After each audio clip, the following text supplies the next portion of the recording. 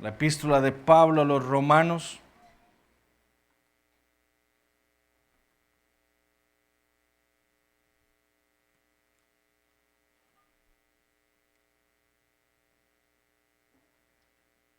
Capítulo 13, Romanos capítulo 13.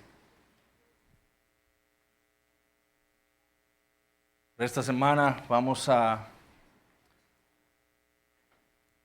hacer una pausa en la serie de Génesis solo este domingo para ver un tema que yo creo que es importante para nosotros, el pueblo de Dios.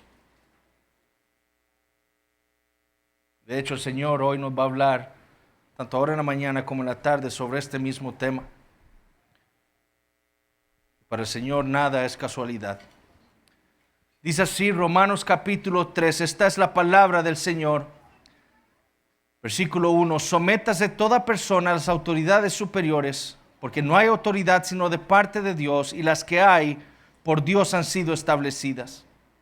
De modo que quien se opone a la autoridad, a lo establecido por Dios resiste, y los que resisten acarrean condenación para sí mismos. Porque los magistrados no están para infundir temor al que hace el bien, sino al malo. ¿Quieres pues no temer la autoridad? Haz lo bueno y tendrás alabanza de ella, porque es servidor de Dios para tu bien. Pero si haces lo malo, teme, porque no en vano lleva la espada, pues es servidor de Dios, vengador para castigar al que hace lo malo. Por lo cual es necesario estarles sujetos, no solamente por razón del castigo, sino también por causa de la conciencia. Pues por esto pagáis también los tributos, porque son servidores de Dios que atienden continuamente a esto mismo. Pagad a todos los que debéis, al que tributo, tributo, al que impuesto, impuesto, al que respeto, respeto, al que honra, honra. El libro de Apocalipsis, por medio de esas 7 visiones en las que está estructurado, nos ofrece una visión de lo que será el mundo entre la primera y la segunda venida de Cristo. Y el propósito del Señor, como vimos cuando estudiamos el libro, era animar a su pueblo, animarlo a seguir adelante, a perseverar. El Señor en ese libro nos muestra a nosotros lo que será del mundo para animarnos. ¿Y animarnos por qué? Porque este mundo es malo. De hecho, el Señor le presenta al apóstol Juan al mundo, especialmente a sus gobiernos, como una gran bestia. Una bestia con hambre de poder, una bestia con hambre de riquezas, y una bestia que está siendo dirigida por Satanás, el gran dragón. Lo que busca esta bestia es que todos los hombres que están sobre la faz de la tierra le rindan adoración. Lo que busca es la completa sujeción de los hombres a su gobierno. Lo que busca es que los hombres la vean a ella como si ella fuera Dios. Y el Señor se la presenta a Juan como una bestia que fue herida y que resucitó. Apocalipsis capítulo 13. Porque así es como ha sido siempre. En los tiempos del apóstol Juan, a finales del primer siglo, esta bestia estaba representada por el imperio romano. Un imperio perverso que le exigía a los hombres toda su lealtad. Pero antes de Roma estuvo el imperio griego. Y antes de Grecia estuvo el imperio asirio. Y antes de los asirios estuvo el imperio babilónico. Y antes de Babilonia estuvo Egipto. Con la muerte de uno surgía el siguiente. Pero en el fondo era la misma bestia muriendo y resucitando una vez más y buscando tener poder o sujeción de todos los hombres. Esta bestia nunca estará contenta hasta que todos los hombres digan esto. ¿Quién como la bestia? ¿Y quién podrá luchar contra ella? Leemos en Apocalipsis 13:4. Por eso es que el tema que vamos a tratar en esta mañana sobre la relación del cristiano con las autoridades civiles es tan importante. Porque si nuestro entendimiento del libro de Apocalipsis es correcto, en nuestros días esta terrible bestia pareciera estar resucitando una vez más. Y su deseo es el mismo de siempre: dominar a todos los hombres. Extendiendo sus brazos, como escribió Glenn Sunshine, a todo lo que hacemos, a todo lo que decimos, a todo lo que pensamos, reclamando, decía él, autoridad sobre nuestras vidas y posesiones, y permitiéndonos vivir solamente si estamos en línea con sus valores e intereses. Y de nuevo, si hay algo que debe ser aparente para nosotros, es que esta pandemia está siendo utilizada por el enemigo para hacer subir del mar, usando esa misma ilustración de Apocalipsis, el mismo simbolismo, a esta bestia. Por lo menos, esa es mi interpretación de los eventos que estamos viviendo nosotros en nuestros días. Ahora, ¿cuál es la pregunta que queremos responder en esta mañana? Es esta. ¿Cuál debe ser la actitud del cristiano hacia el gobierno? ¿Cuál debe ser la actitud del cristiano ante las autoridades superiores? Hay algunos cristianos que piensan que el gobierno no tiene ninguna autoridad sobre el cristiano. No tengo que pagar impuestos, no tengo que pagar el marchamo, no tengo que pagar nada, porque el gobierno no tiene ninguna autoridad sobre mí. Eso piensan algunos. Otros piensan que el gobierno sí tiene algún tipo de autoridad. Y otro grupo piensa que si el gobierno civil ordena algo, lo que sea que el gobierno ordene, el cristiano debe obedecer. ¿Cuál es la actitud bíblica? Bueno, esa es la pregunta que vamos a estar contestando en esta mañana. Lo haremos viendo en primer lugar, en este pasaje, el mandamiento de Dios para el cristiano. En segundo lugar, lo que no significa ese mandamiento de Dios para el cristiano. El mandamiento de Dios y lo que no significa ese mandamiento de Dios para el cristiano. Veamos entonces el primer punto, el mandamiento de Dios para el cristiano. Veamos nuevamente, leamos el versículo 1 de Romanos capítulo 13. Sométase toda persona a las autoridades superiores, porque no hay autoridad sino de parte de Dios, y las que hay por Dios han sido establecidas. La carta a los romanos no es otra cosa más que la representación de la predicación del apóstol Pablo del evangelio. Si nosotros queremos saber cómo Pablo predicaba el evangelio, lo único que tenemos que ir a hacer es estudiar la epístola a los romanos y sabremos cómo era que Pablo predicaba el evangelio. Pablo les ha dicho a estos creyentes en Roma que a pesar de que ellos habían estado bajo el pecado, por haber detenido con injusticia la verdad de Dios, por haberse rebelado contra la palabra de Dios, Dios los había salvado a ellos por pura gracia, por medio de la fe en el Señor Jesucristo. Y por la fe Dios los había justificado a ellos y había removido la ira de Dios que había estado sobre ellos por causa de su maldad. Y ya justificado, les dijo Pablo en Romanos capítulo 5, versículo 1, ahora tenían paz con Dios. Pero Pablo no solo les explica el evangelio, sino que también les enseña sus implicaciones. Es decir, el evangelio no solo se trata de saber lo que Dios hizo por nosotros, sino también de lo que esa gracia que fue revelada en nuestra vida produce en nosotros. Y esto es lo que Pablo le enseña a los creyentes a partir del capítulo 12. Debido a que Dios los ha salvado a ellos por medio de la fe en Jesucristo, ellos ahora debían vivir sus vidas presentando sus cuerpos como sacrificios vivos a Dios. No debían conformarse a este mundo. Debían ser humildes, especialmente los unos con los otros, amándose con amor fraternal, no perezosos, compartiendo lo que Dios les daba, bendiciendo a los que los perseguían, estando en paz o tratando de estar en paz con todos los hombres, bendiciendo a los que los persiguen, no vengándose ellos mismos, sino más bien, dijo Pablo, dejando la venganza al Señor y venciendo el bien con el mal. Así es como vive aquel que ha experimentado la gracia de Dios en su vida.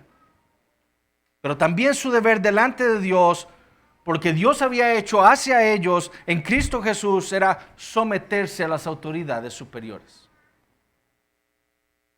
El hecho de que por medio del evangelio Dios los hubiera librado de la ley, no significaba que ahora ellos entonces podían vivir como libertinos, como si vivieran, si no hubiera ley para ellos. El Evangelio los había liberado a ellos de la culpa de la ley, del castigo de la ley, pero no de su obediencia a ella. Ellos debían seguir obedeciendo al Señor. Y esta era quizás una de las cosas que el apóstol Pablo quería corregir en esta iglesia en Roma. Pablo escribió esta carta aproximadamente en el año 57 después de Cristo.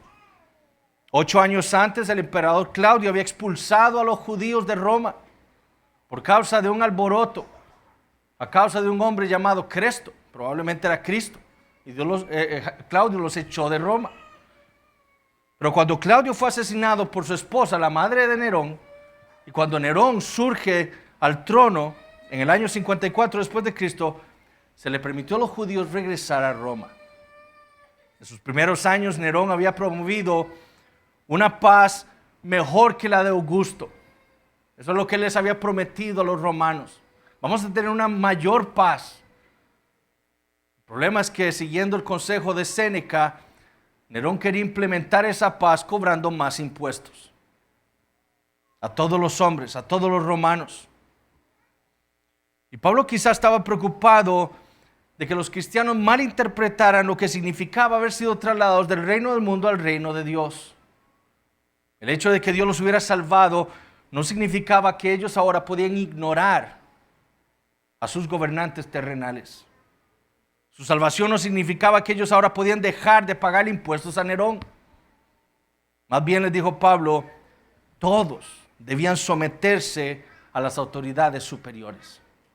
Y ese término que se traduce en nuestra versión como sométase, literalmente significa someterse voluntariamente a algo o a alguien. Es algo voluntario.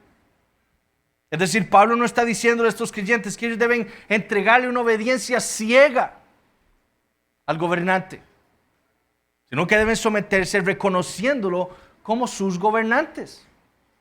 Lo que Pablo quiere es que estos hermanos se sometan voluntariamente en lugar de rebelarse contra el gobierno, cualquiera que éste sea.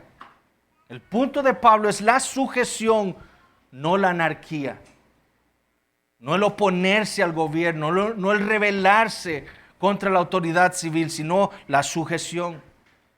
Los anarquistas dirían, no paguemos impuestos. Nerón es un rey pagano, nosotros somos cristianos, pertenecemos al reino de Dios, no paguemos. Eso dicen los anarquistas. Pablo les dice, sométase todos voluntariamente al gobierno civil. Paguen sus impuestos. Ahora, ¿a quién debían someterse? Bueno, Pablo dice, a las autoridades superiores, es decir, a las autoridades civiles, a los gobiernos, aquellos que están encargados de mantener la ley y el orden. Su trabajo, el trabajo de estas autoridades, dice Pablo, es castigar al malo y alabar al bueno. Sin embargo, Pablo añade una descripción. Dice autoridades superiores. Y ese término en el original da a entender algo que es superior no solo en autoridad, sino en excelencia. Ese término es usado solamente en 4 ocasiones en todo el Nuevo Testamento. Y en todas da a entender algo que es superior en calidad. Por ejemplo, a los filipenses. En Filipenses 3:8, Pablo dice lo siguiente. Y ciertamente aún estimo todas las cosas como pérdida, y escuchen esto, por la excelencia del conocimiento de Cristo Jesús. Es el mismo término que usa Pablo en Romanos 13. Por la excelencia, superior. Es decir, que este conocimiento de Cristo es mucho más excelente que cualquier otro conocimiento. Es algo moralmente superior. Es decir, lo que Pablo le está diciendo a los romanos es que ellos deben someterse voluntariamente a aquellas autoridades que son superiores. Y quizás, por el uso del término, por el mismo apóstol Pablo, en otros lugares, como en Filipenses, nos da a entender que debemos sujetarnos a aquellas autoridades civiles que tienen una excelencia moral. ¿Cierto? Nerón no era un buen hombre. Pero en el momento en el que Pablo escribió esta carta, él no estaba persiguiendo cristianos, como asumen muchos que quieren argumentar que el cristiano debe sujetarse a la tiranía. En este momento, los cristianos no estaban siendo perseguidos por Nerón. Lo único que Pablo les dice es: sujétense a esas autoridades civiles, paguen sus impuestos. ¿Y por qué podríamos suponer esto? ¿Por qué podríamos suponer que Pablo estaba hablando de la sujeción del cristiano a esas autoridades moralmente superiores? Bueno, porque en el versículo 4 Pablo dice que la autoridad es servidor, literalmente diácono de Dios. Esa autoridad superior es superior porque es un servidor de Dios. ¿Para qué? Para castigar al malo y alabar al bueno. Este es el tipo de autoridades de las que está hablando el apóstol. Autoridades moralmente superiores que saben lo que es bueno y lo que es malo. Pablo no está hablando aquí de autoridades que redefinen lo que es bueno y lo que es malo. No, Pablo se está refiriendo a aquellas autoridades superiores que entienden qué es bueno y qué es malo a la luz de la palabra y la ley de Dios. Y entonces castigan al malo y alaban al bueno. Este es el tipo de autoridad de las que está hablando el apóstol.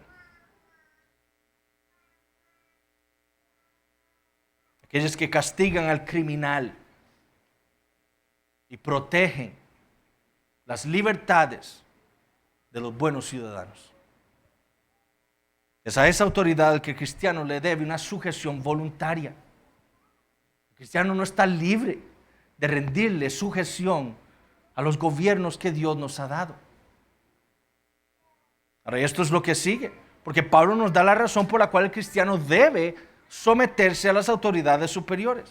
Pablo dice: porque no hay autoridad sino de parte de Dios, y las que hay por Dios han sido establecidas. Esta es la teología del gobierno. Lo que dice la teología del gobierno no es otra cosa que Dios es el rey. Él es el soberano de todas las cosas. Él es el gobernante de todo el universo. Todas las demás autoridades que existen en la tierra son derivadas. Es decir, tienen su autoridad de parte de Dios. Es Dios quien se las da a ellos. Ninguno es autónomo, como piensan muchos. Como le dijo Daniel a Nabucodonosor, Daniel 2, versículos 20 y 21.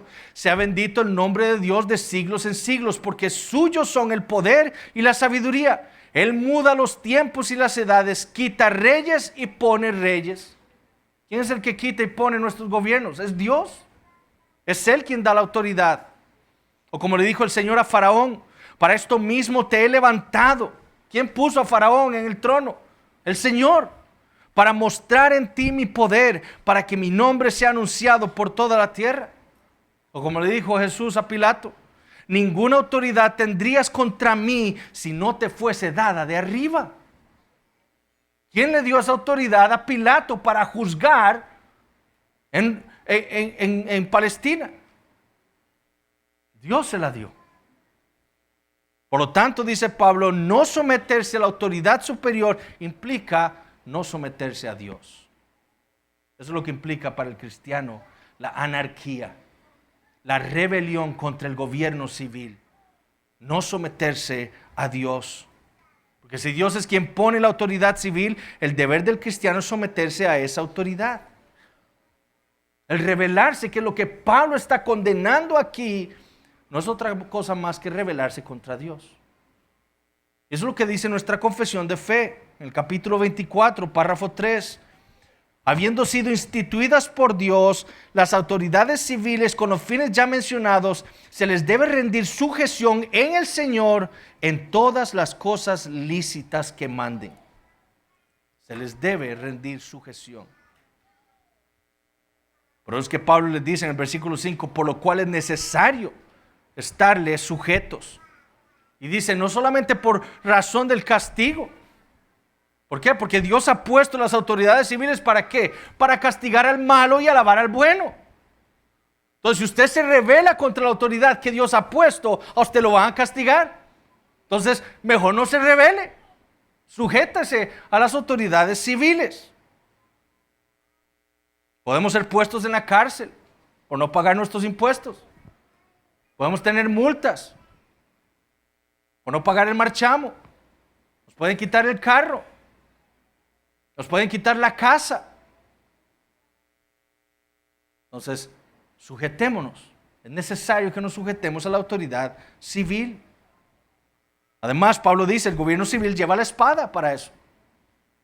Hasta la pena de muerte puede acarrear una persona por su rebelión contra la autoridad que Dios ha puesto en un país. Pero también, dice Pablo, debemos someternos por causa de la conciencia. Es decir, si nosotros sabemos que Dios, el soberano del universo, es quien ha establecido el gobierno civil, y el gobierno civil, por imperfecto que sea, esté tratando de castigar al malo y proteger la vida del que hace lo bueno, rebelarnos contra esa autoridad será problemático para nuestras conciencias. De hecho, la Biblia dice que eso es pecado, porque ir contra la conciencia es pecado. Y si nosotros sabemos que Dios puso esa autoridad y nos rebelamos contra ella, estamos pecando contra el Señor. ¿Cómo se ve esto en la práctica? Bueno, Pablo dice en el versículo 6, pues por esto pagáis también los tributos, porque son servidores de Dios que atienden continuamente a esto mismo. Lastimosamente el estatismo ha hecho que los gobiernos se metan en todos los aspectos de la vida humana. Ahora lo que vemos son estados que quieren entrometerse en todo, que quieren ser lo más grandes posibles y abarcarlo todo. Hoy en día vemos al Estado metido en la educación, metido en la salud pública, metido en el mercado, en las obras de beneficencia, en todo se quieren meter. Hoy en día son casi omnipresentes los gobiernos civiles en la vida de sus ciudadanos, pero esa no es su labor. Esa no es la labor que el Señor les ha dado a ellos. Los gobiernos civiles fueron puestos por Dios para el bienestar de los hombres, para castigar al malo y alabar al que hace lo bueno, para proteger las libertades de los buenos ciudadanos, castigando al malo. Y la sumisión del cristiano a las autoridades superiores se ve en su pago de sus tributos. Impuestos que son necesarios para que ese gobierno civil haga su trabajo. El gobierno que hace la voluntad de Dios en su oposición del mal y en su alabanza del bien, dijo Gordon Ronian, tiene el derecho del apoyo financiero para esta empresa. Existe, por lo tanto, un impuesto legítimo y honorable. ¿Cómo vamos a ayudar a nosotros, al gobierno civil, a castigar al malo y proteger al bueno, o al que hace lo bueno, si nosotros no pagamos nuestros impuestos?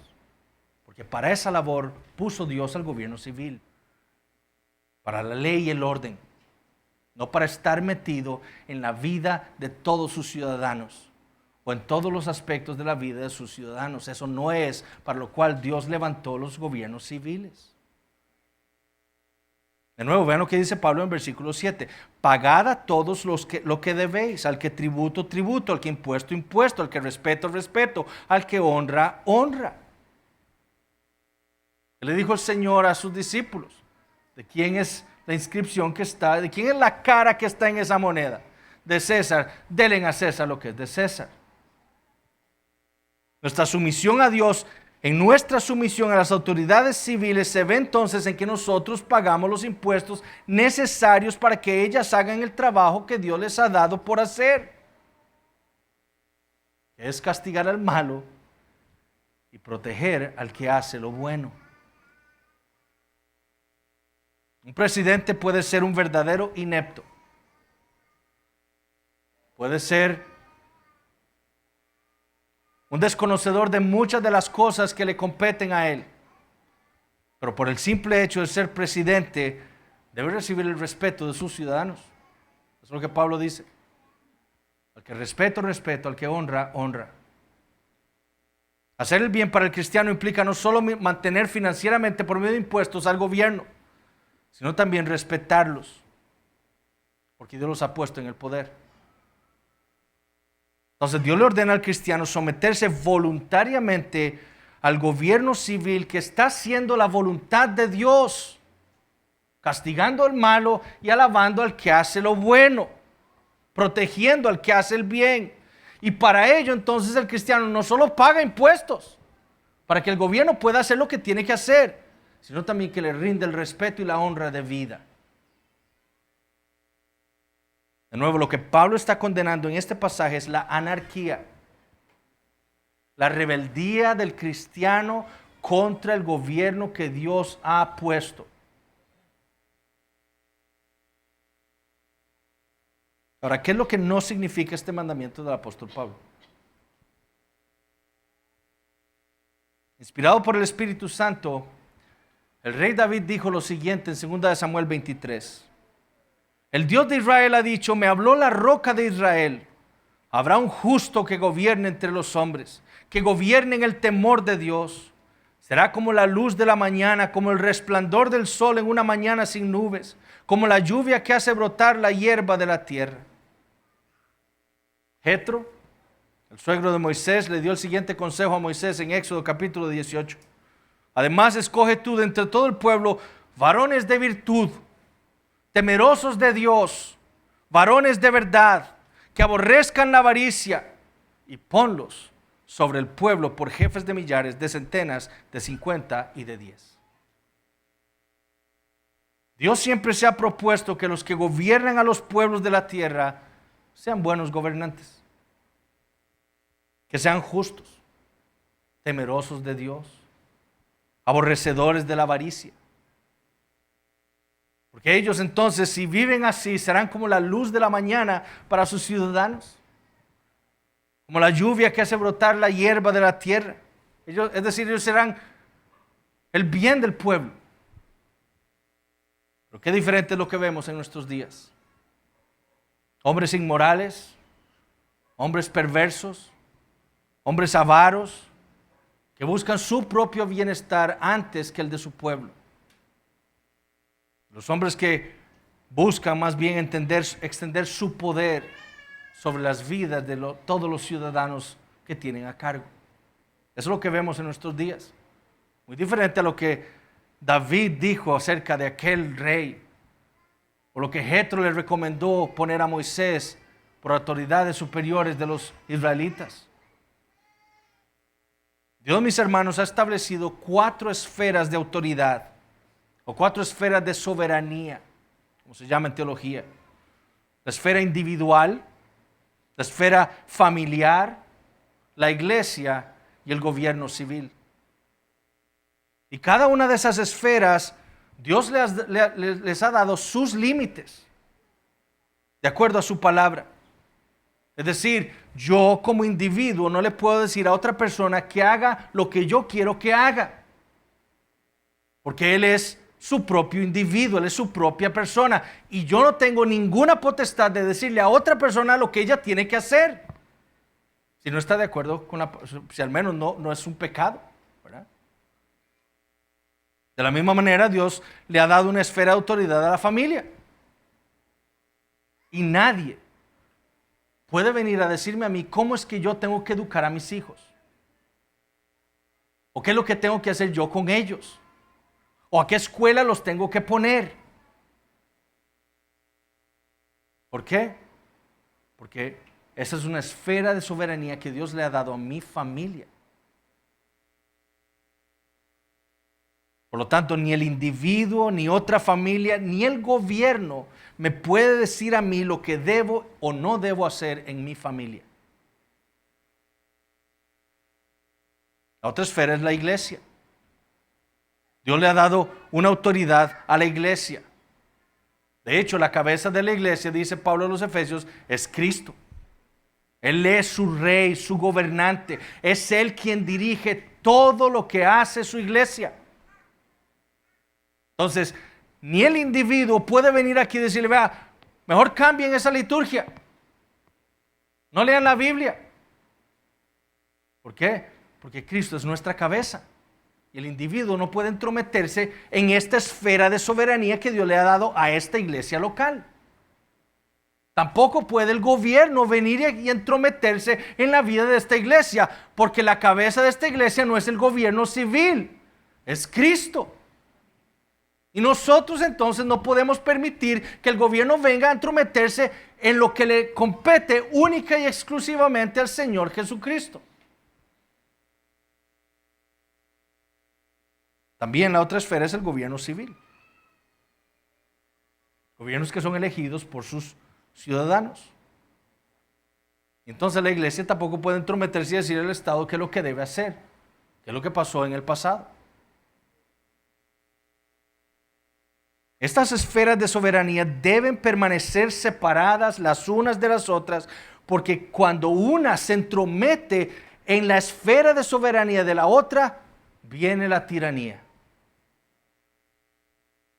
Cuando un individuo quiere imponer sus ideas sobre otra persona, él está actuando tiránicamente. Cuando una familia o la iglesia o el Estado quiere decirle a una familia lo que debe hacer, se está comportando tiránicamente. Cuando un pastor quiere imponerle algo al creyente, que no es vinculante en las Escrituras, yo quiero que usted se compre un carro rojo, está actuando tiránicamente. Lo mismo ocurre cuando el Estado se entromete en la iglesia o en la familia o en la vida de cada individuo. Está actuando como un tirano. La tiranía es el resultado de una de estas esferas buscando imponerse sobre las otras. Ese es el resultado. La tiranía. Entonces la pregunta es, ¿qué debe hacer el cristiano cuando se encuentra ante una tiranía? ¿Qué debe hacer el cristiano cuando el gobierno civil, que debería estarse encargando de castigar al malo y proteger al que hace lo bueno, quiere entremeterse tiránicamente no solo en la vida del individuo, sino de la familia y de la iglesia? ¿Qué debe hacer el cristiano? ¿Qué debe hacer la familia? ¿Qué debe hacer la iglesia? Bueno, como dijo Francis Schaeffer, debido a que la tiranía es satánica, no resistirla es resistir a Dios. Resistir la tiranía es honrar a Dios. Esto es lo que siempre han creído los creyentes. Romanos 13 no es un texto que quiera refutar la resistencia del cristiano al gobierno civil. Lo que Romanos 3 está enseñando únicamente es que el cristiano no es un anarquista. El cristiano no es un rebelde.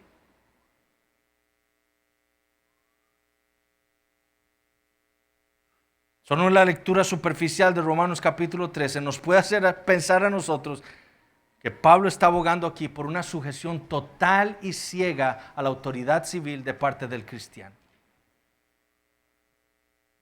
Si el gobierno dice que tenemos que hacer tal cosa, entonces no le queda otra cosa más al cristiano que hacerlo, porque el gobierno lo dice. Eso es lo que Romanos 3 está diciendo. Falso.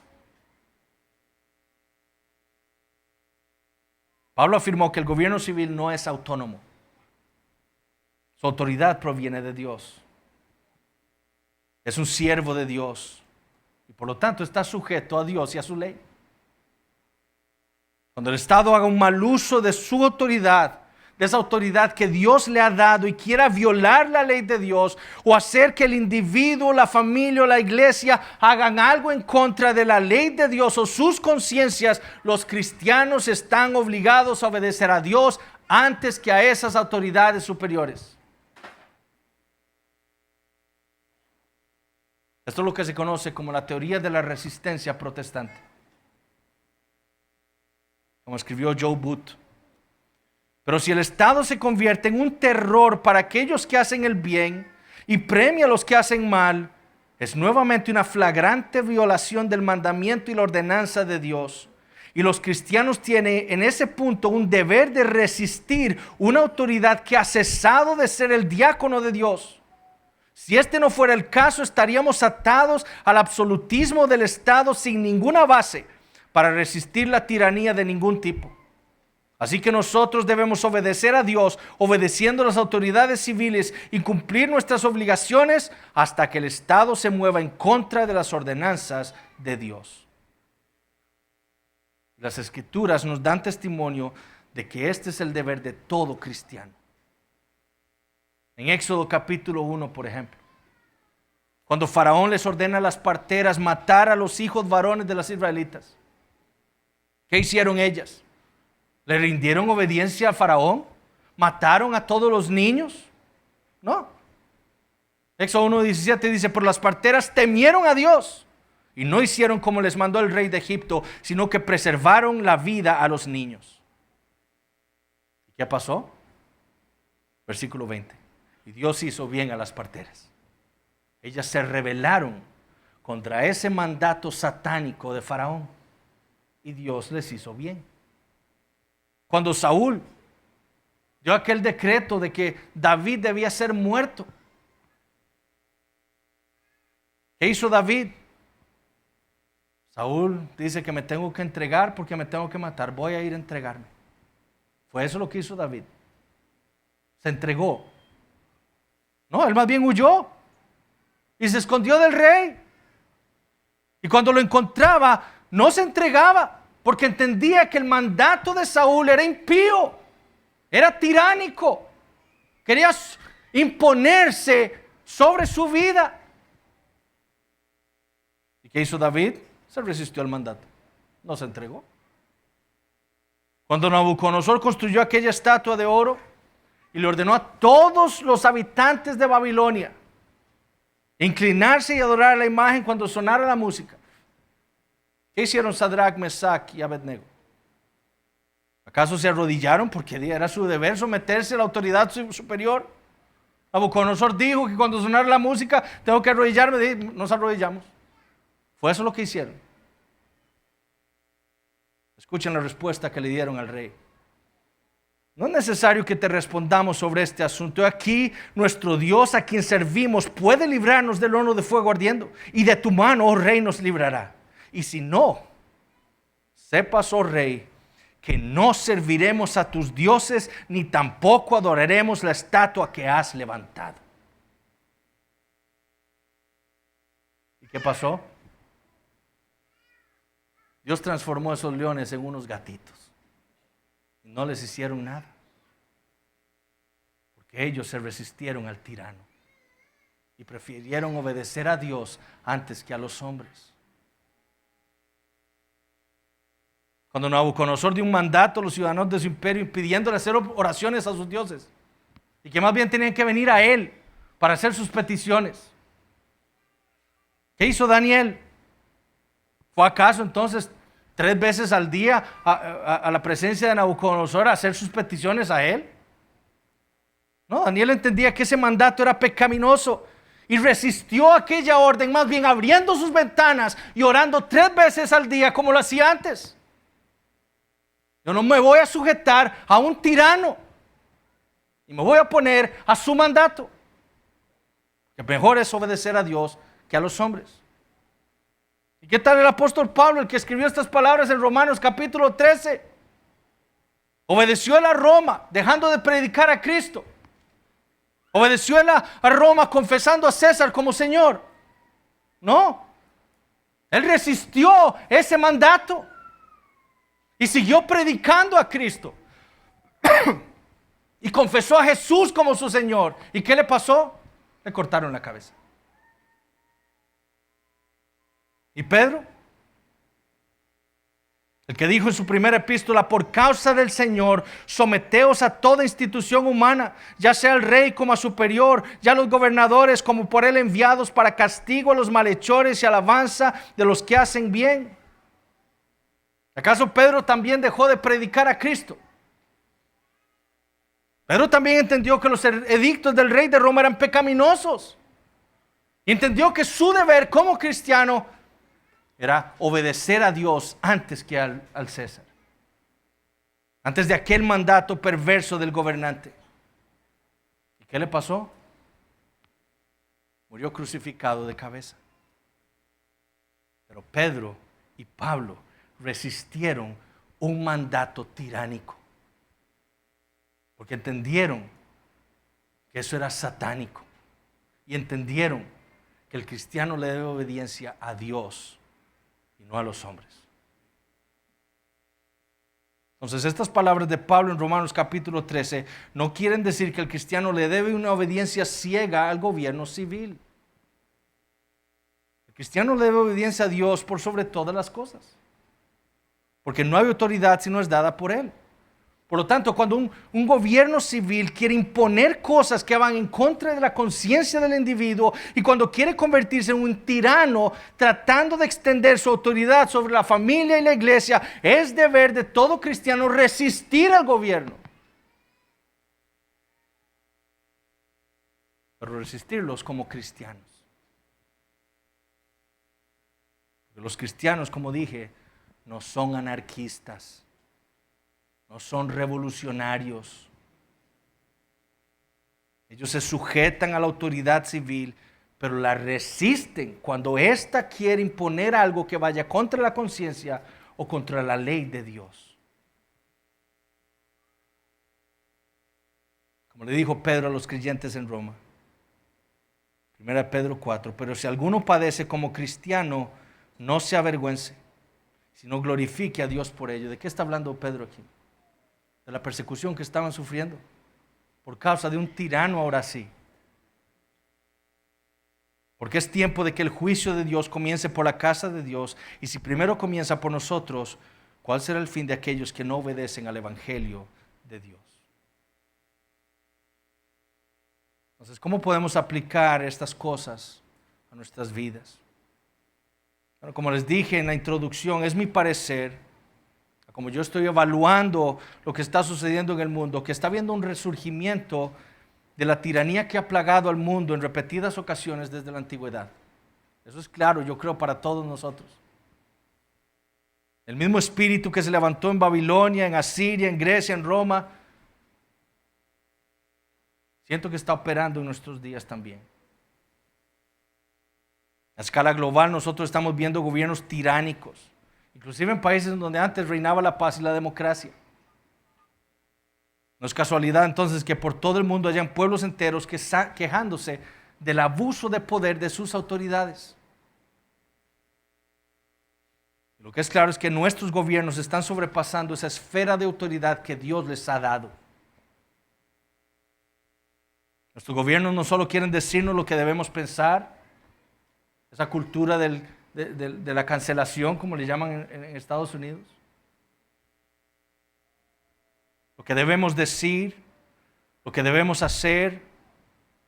Lo que también quieren que nosotros eduquemos a nuestros hijos a su manera. Que la iglesia también obedezca a sus mandatos. Lo que estamos viviendo, mis hermanos y amigos, no es otra cosa que la instauración de gobiernos tiránicos.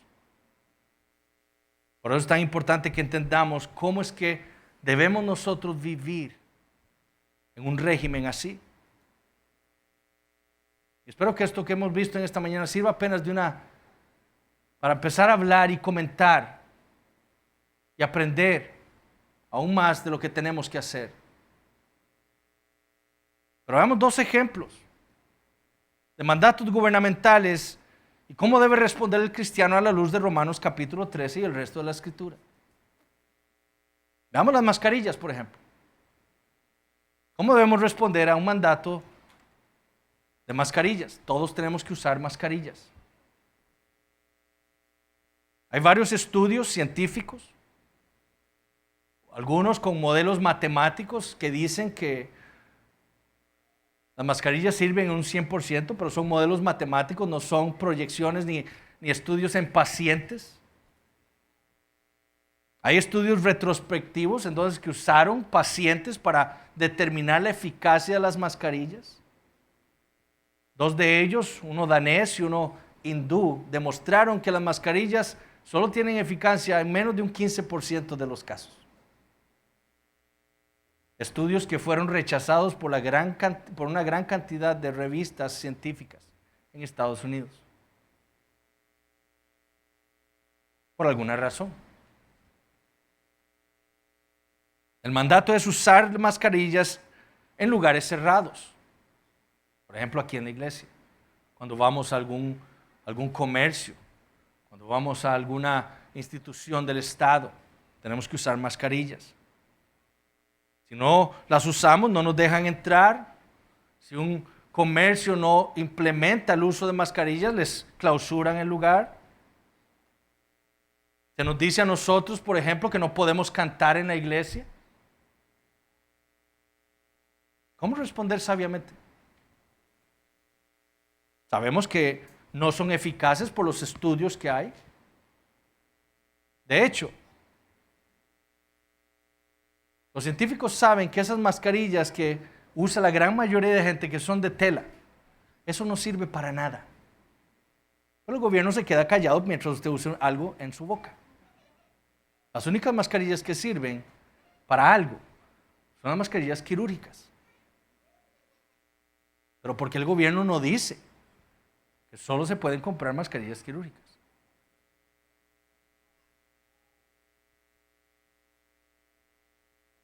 Sabemos que no podemos entrar a lugares que necesitamos entrar. Si usted no va, necesita ir al supermercado y no va con mascarilla, no puede entrar. Ayer estábamos en una fiesta y mi esposa le dijo a Diego, mi hijo, anda y me traes una Coca-Cola. Y Diego estaba comiendo sin su mascarilla, se paró y se fue, y entonces lo pararon y le dijo, por favor ayúdame con la mascarilla. No se puede hacer nada sin la mascarilla. Nos cierran los locales. Bueno, por un lado nosotros podemos pensar que este mandato es tonto. Es una tontería usar mascarillas. Pero podríamos pensar que no nos afecta tanto. Mientras no me pare un policía en la calle cuando ando yo solo para decirme que me ponga una mascarilla, si implica entrar a un lugar con mascarilla, me la voy a entrar y después me siento y me la quito. Por un lado podríamos pensar así. O cuando voy en mi carro, como en Guatemala era prohibido que usted anduviera solo en su carro sin mascarilla. Para que vean que esto no se trata de ciencia, se trata de poder. Son tiranos implementando estos mandatos, no científicos. En Australia, querían decirle a la gente que cuando usted estaba en su casa, y en Estados Unidos también, cuando usted estaba en su casa en media pandemia, tenía que usar en su casa mascarilla. Mientras no sea eso, uno podría pensar como cristiano, bueno, me puedo sujetar a ese mandato. Aunque sabemos que eso implica más cosas, ¿verdad? El Estado no se va a quedar ahí, sino que quiere siempre más. Pero como iglesia, aquí tenemos todos mascarillas, ¿qué hacemos? Nos la ponemos para evitar problemas porque el quien tiene poder nos está ordenando ponernos. Si no la ponemos, va a venir a cerrarnos el local. Entonces, ¿qué hacemos? Si no obedecemos, nos cierran. Quizás podemos pensar nosotros como iglesia, bueno, realmente es una tontería, no sirven para nada, pero para evitar que nos cierren el local, vamos a usarlas. Pero lo que no vamos a permitir es que el gobierno venga y nos diga aquí cómo va a ser nuestra liturgia el día del Señor. Dios nos exige a nosotros cantarle a Él y su pueblo le va a cantar. Y la complicidad de muchos evangélicos, líderes, con el gobierno en este aspecto es increíble. Si aquí viene el gobierno hoy, nos va a escuchar a nosotros cantarle a nuestro Dios, porque Él es nuestra cabeza, no el gobierno. ¿Qué con las vacunas? El argumento es que en este país las vacunas siempre han sido obligatorias. Y esto es cierto. ¿Es bueno? Como médico yo pienso que sí. Jonathan Edwards murió de viruela. Claro, él lo inocularon con viruela y se murió. Hoy en día, por la vacunación, esa enfermedad está prácticamente erradicada a nivel mundial.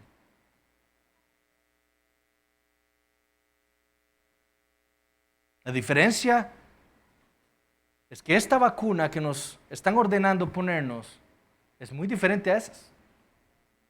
Muy diferente. Ahora, yo creo que sí sirve.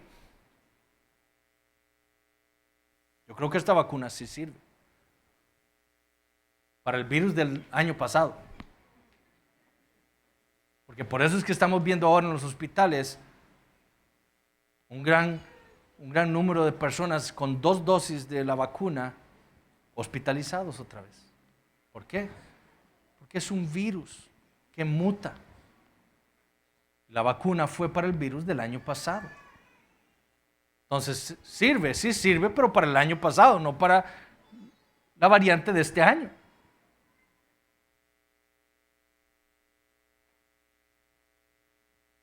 Lo que no tiene esta vacuna, que sí tienen las demás, que nos han puesto a nosotros desde niños, es que esta no tiene estudios previos.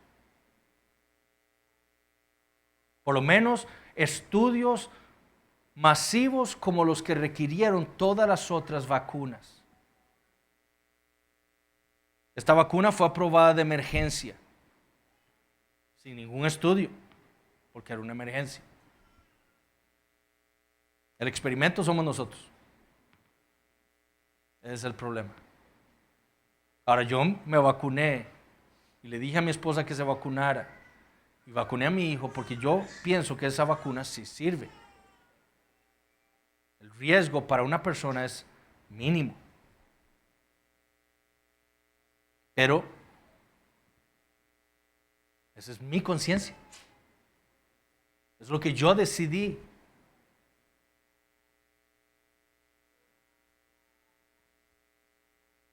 Pero realmente aún no sabemos nosotros los efectos a largo plazo de la vacuna. A corto sí, porque ya tenemos billones de personas vacunadas, entonces tenemos por lo menos algo de sabiduría o de conocimiento de lo que pasa con la vacuna, pero a largo plazo no. Entonces esta vacuna definitivamente no es igual a las demás. Sí, la vacunación ha sido obligatoria en Costa Rica, pero esta vacuna es diferente a las demás porque esta no tiene los estudios que requirieron las otras, que sabemos son seguras y que se han puesto por décadas.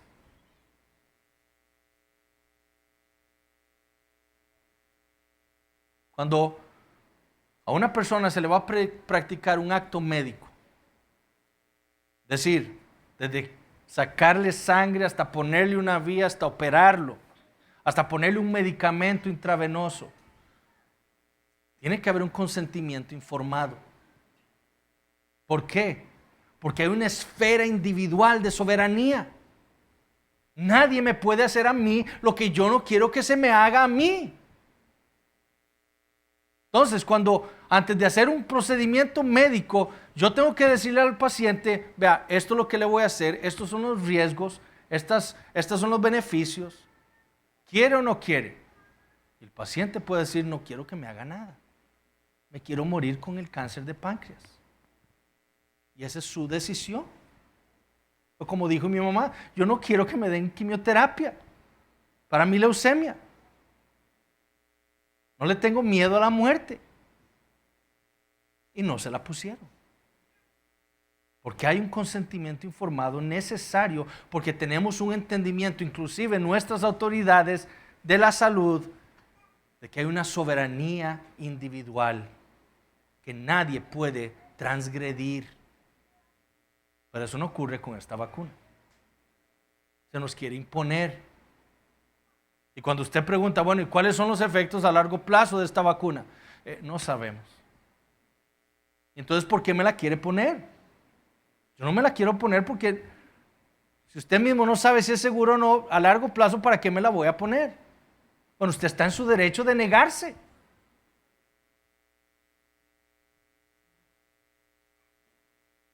Aplicar un medicamento o cualquier procedimiento médico sin el consentimiento viola la esfera de soberanía individual. Y aplicarla ahora, como salió en las noticias hace unos días, a nuestros hijos sin el consentimiento de sus padres, viola la esfera de soberanía familiar. Aquí estamos, mis hermanos y amigos, ante una tiranía que se quiere imponer. ¿Cómo debemos responder? Bueno, como les dije, ponérnosla sabiendo que no hay estudios a largo plazo, como hice yo. Entendiendo que realmente es un medicamento. Yo trabajo en un hospital y estoy en contacto con ese tipo de pacientes todos los días. Aparte, estoy obeso. Y es uno de los factores de riesgo. Podemos también no ponérnosla. Y estamos en todo nuestro derecho. Y debemos, si en nuestra conciencia no está bien no ponérnosla, no está bien ponérnosla, no debemos ponérnosla. Hasta que se nos respondan las respuestas que tenemos. ¿Cuál es su seguridad? Esta vacuna ciertamente no es la marca de la bestia, no es un chip, es un medicamento. Hay cristianos que piensan eso. Pero si no nos la ponemos, hermanos, porque vamos a resistir la tiranía, entonces lo que no tenemos que hacer es la anarquía, una revolución. La Constitución nos da a nosotros, ese gobierno que Dios ha puesto sobre este país, nos da a nosotros, los ciudadanos de Costa Rica, medios para resistir al gobierno, medios legales. Y es lo que nosotros vamos a tener que utilizar. Ir a las cortes y luchar, porque vienen por nosotros y vienen por nuestros hijos, pero tenemos que luchar como cristianos. Y tendremos muchos que aguantar las consecuencias. Nos van a despedir algunos y no vamos a encontrar trabajo por no estar vacunados. Y esto es algo que los matrimonios tienen que hablar muy en serio y orarle al Señor para saber qué es lo que van a hacer. En el primer siglo los gremios comerciales eran los que dominaban. Si usted no pertenecía a un gremio comercial no podía comer, no podía trabajar. Eso es lo que está pasando ahora. Lo mismo que pasó en el primer siglo con Roma.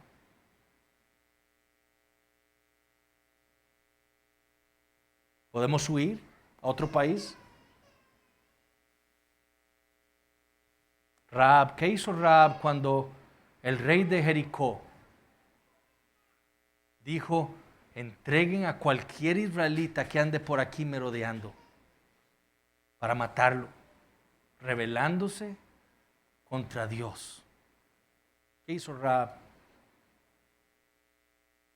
Mintió. Ella no se iba a sujetar a un mandato de un rey impío, a un mandato pecaminoso. Y ella protegió a los espías israelitas.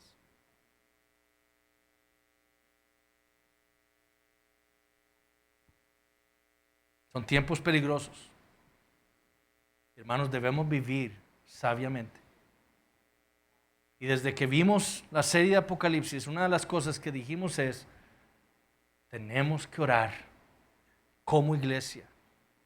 Como mencionaba el pastor Alexander, ha habido un declive en los cultos de oración los miércoles. Hay muchos aquí que están jugando el cristianismo y ahorita viene la persecución. Y muchos no van a estar listos. Que el Señor entonces nos proteja de todos estos mandatos.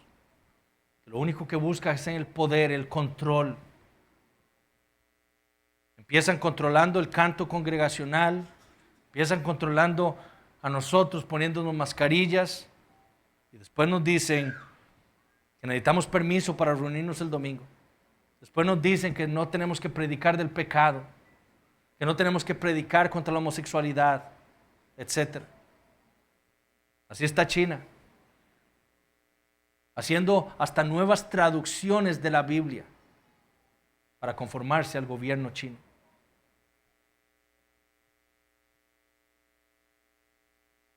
Lo que nosotros tenemos en nuestro país no son las autoridades descritas en Romanos capítulo 13. Son tiranos. Y el deber del cristiano es oponerse, resistir al tirano como cristianos, no como anarquistas, no como revolucionarios, confiando en nuestro Dios. Jehová reina. Y usando los medios que el mismo Señor nos ha dado a nosotros en nuestro gobierno civil para resistir mandatos que van en contra de nuestra conciencia y de nuestras libertades. Vamos a orar. Padre, te damos gracias por este tiempo que nos has permitido en esta mañana. Señor, verdaderamente son tiempos peligrosos, pero como cantábamos ahora, tú reinas, Señor. Nosotros, tu pueblo, estamos bajo tu mano, en tu mano. Tú nos proteges y nos cuidas siempre. Oh Señor, te pedimos que acabes con este espíritu tiránico, con estas imposiciones que se le quieren imponer a los ciudadanos de este país, donde nosotros como cristianos estamos también siendo afectados. Oh Señor, haznos valientes para resistir y luchar, para obedecerte a ti por sobre todas las cosas. Y que el testimonio de tu iglesia sirva, Señor, para traer a más personas a los pies de Cristo. Pedimos por nuestros gobernantes. Oh Señor, que tú tengas piedad de ellos, que los conviertas a ti, que pongas tu temor en sus corazones. Ayúdanos, Padre, lo pedimos en el nombre de Jesús.